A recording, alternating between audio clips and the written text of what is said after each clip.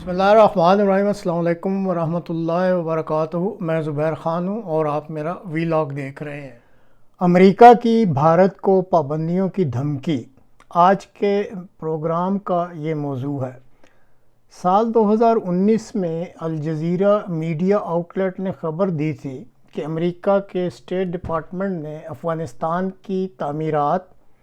Energy اور انسانی فلاح و بہبود کی فیلڈ میں مدد کے لیے، یعنی افغانستان کو مدد مہیا کرنے کے لیے بھارت کو ایران کی بندرگاہ چابہار کی سہولتیں استعمال کرنے کے لیے استثناء دیا تھا، اور یہ استثناء اس لیے دیا تھا کہ امریکہ اور اس کے حلیف ممالک نے ایران پر پابندیاں لگا دی تھیں، اور یہ قسم کی یہ بڑی سخت پابندیاں تھیں 2019 میں۔ پھر سال 2019 کے بعد اگر دیکھا جائے تو اس علاقہ میں اب بہت ساری تبدیلیاں آ چکی ہیں۔ امریکہ سال 2019 میں افغانستان میں تھا، لیکن اب امریکہ افغانستان سے جا چکا ہے۔ پھر امریکہ میں ایک بھارتی نژاد امریکی کی بھارت کے سرکاری کارندوں کے ہاتھوں ہلاکت ہو چکی ہے۔ یہ میں وہ تبدیلیاں بتا رہا ہوں جو کہ سال 2019 کے بعد اس علاقہ میں رونما ہو چکی ہیں۔ پھر روس کی سال 2022 میں جب یوکرائن پر حملہ کیا تو بھارت کی طرف سے روس کی مذمت نہ کرنا، امریکہ کے بہت اصرار کے باوجود جو بھارت نے یہ روس کی حملے کی مذمت نہیں کی۔ پھر ایران اور روس پر پابندیوں کے باوجود بھارت نے ایران اور روس کے ساتھ مل کر نارتھ ساؤتھ ٹرانسپورٹ کوریڈور کا جو احیاء ہے یعنی ریوائول ہے، اس کے لیے اقدامات جو اٹھائے ہیں۔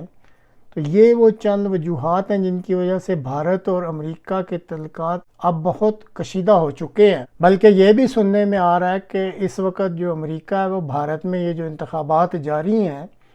اس میں امریکہ پوری طرح دخل دینے کی کوشش کر رہا ہے تاکہ کسی طرح نریندر مودی صاحب کی جو بی جے پارٹی کو انتخابات میں اچھا خاصا دھچکا لگ جائے۔ ان تمام عوامل کو مد نظر رکھتے ہوئے سوموار یعنی 13 مئی کو امریکن اسٹیٹ ڈپارٹمنٹ کے اسپوکس پرسن ہیں وی ڈانٹ پاٹیل نے واضح طور پر اعلان کر دیا ہے کہ امریکہ اور اس کے حلیف ممالک کی طرف سے ایران اور روس کے ساتھ تجارتی روابط پر مکمل پابندیاں لگی ہوئی ہیں، اور اس بارے میں اس وقت بھارت کو کسی قسم کا استثناء بھی نہیں دیا گیا ہے۔ اس لیے اگر بھارت نے اگلے 10 سال کے لیے ایران سے تجارتی بنیادوں پر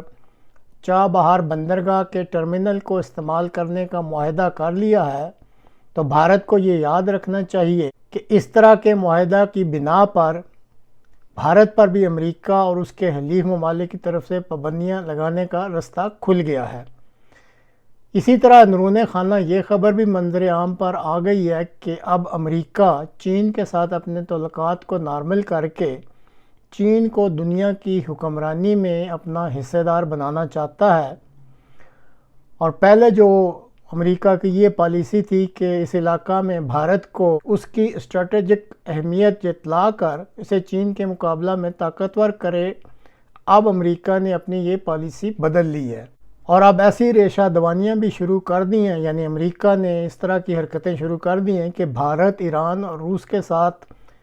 یہ جو نارتھ ساؤتھ ٹرانسپورٹ کوریڈور کے احیاء کا کام ہو رہا ہے، یعنی بھارت ایکٹیولی اس وقت ایران اور روس کے ساتھ مل کر اس نارتھ ساؤتھ ٹرانسپورٹ کوریڈور کو ریوائیو کرنے کے لیے سرگرم ہو چکا ہے،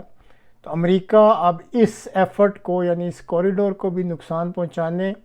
اور ان تینوں ممالک یعنی بھارت، ایران اور روس کے اس منصوبہ کی ناکامی کے لیے بھی کاوشیں شروع کر رہا ہے۔ اب مسئلہ یہ ہے کہ انکل سام چونکہ ایک عرصہ سے اپنے آپ کو دنیا کی واحد سپر پاور سمجھتا ہے، اس لیے اس کو کسی دوسرے ملک کے ساتھ پاور شیئرنگ اچھی نہیں لگتی، لیکن اس دنیا کے فرعون یہ بھول جاتے ہیں کہ وقت سدا ایک جیسا بھی نہیں رہتا،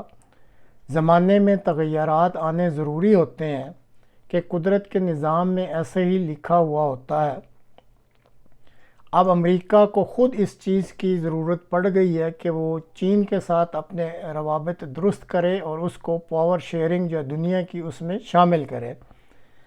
اور چونکہ اب چین کے خلاف بھارت کی اہمیت امریکہ کی نظروں میں ختم ہو چکی ہے، اس لیے اب وہ بھارت کو دھمکیاں بھی دے رہا ہے کہ اس پہ وہ پابندیاں لگا دے گا۔ اب دیکھتے ہیں کہ آئندہ دنوں میں امریکہ کی اس دھمکی کو بھارت کیسے لیتا ہے، اور اسی طرح بھارت کے انتخابات پر جو امریکہ مداخلت کر رہا ہے اس کا کیا اثر ہوتا ہے۔ چند دنوں میں یہ صورتحال واضح طور پر سامنے آ جائے گی کہ اونٹ کس کروٹ بیٹھتا ہے، تو پھر کوئی اس بارے میں مزید ڈیولپمنٹ ہوئی تو آپ کے سامنے رکھ دی جائے گی۔ آج تک کے لیے اتنا ہی، اگلے پروگرام تک کے لیے اجازت دیجیے، خدا حافظ۔